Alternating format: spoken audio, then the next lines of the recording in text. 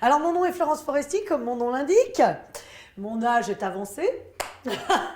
Non, mon âge est tout à fait respectable.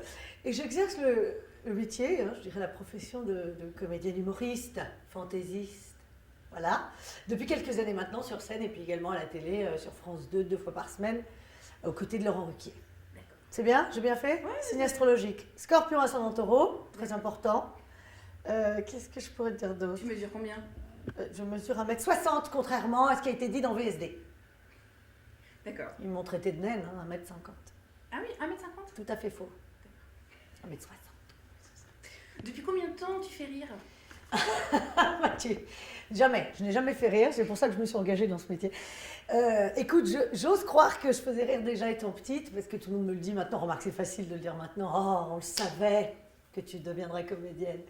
Mais non, ça a toujours été en moi, je crois, déjà petite, je préférais faire rire plutôt que jouer à la poupée, je préférais, voilà. Donc je crois que ça fait très longtemps, mais de manière professionnelle, ça fait peut-être 7 ans, quoi, à peu près. D'accord.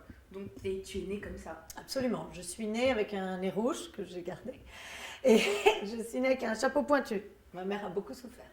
Papa, maman drôle? Extrêmement, non, papa et maman, normalement drôles comme la plupart des gens, mais ils m'ont pas mal éduquée à l'humour dans le sens où ils m'amenaient voir des spectacles, ils m'amenaient voir des films qui étaient même pas de mon âge, qui étaient par exemple des films de Woody Allen et tout, alors que j'étais petite, et ça m'a sans doute donné quand même un peu la fibre. Alors, tu as commencé la scène parce que quand j'ai regardé ton DVD, tu avais fait des débuts scéniques pendant l'école primaire. Tu peux me raconter?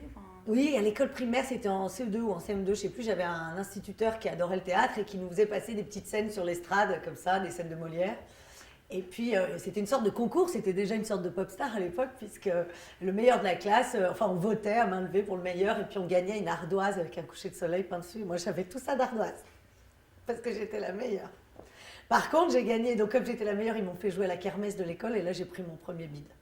Beaucoup pleuré, j'ai pris beaucoup de cocaïne après, parce que j'étais... Enfin, de la craie écrasée, bien sûr, pas de la cocaïne. J'ai sniffé pas mal de craie, ouais. C'est dur. J'ai envie d'y penser, ça va. Tu jouais Cyrano, c'est ça? Je jouais Cyrano à la kermesse de l'école, qui était proprement ridicule, puisque j'avais 6 ans, avec une cape, une plume. Et bon, c'est un cap, c'est un pic, c'est une péninsule. Tout le monde partait, comme ça ils allaient jouer au tir à l'arc. Attendez, c'est pas fini, c'est drôle après.